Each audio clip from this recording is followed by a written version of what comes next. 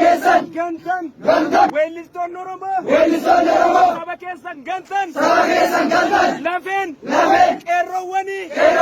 isinaa waraanu nuti eessayyuu hin baane qeerroo kaleessarraa warra hafeedha nuti dhiigni keenya Oromoodha Oromoo falmanna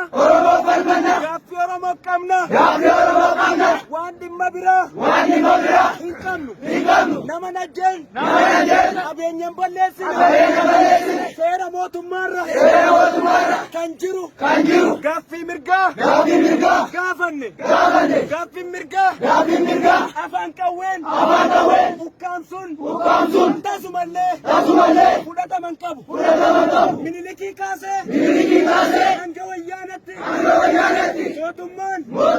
ufaa darban meeshaadhaan Oromoo ukkaamsuu yaalus Oromoon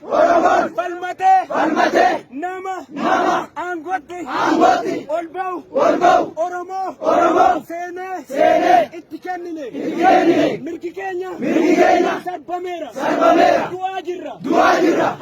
har'a kan dhiichisu Oromoodha kan boos kan gaddus Oromoodha maal Oromoo cubbuun kuni maali irreechi iddoo tokkummaa milkii itti godhatan malee diina jala hiriiranii gootota qabsaa'otaa fi iddootti nyaachisan miti Oromoo kan miidhamu walumaan gantuun goonnis diina biratti Oromoodha kanaaf jabaannee gantummaa keessaa baanee diina dura dhaabbannee hafalmannu maaliif wal qoonna maaliif balleessuun nuti Oromoo Jawaar Mohammad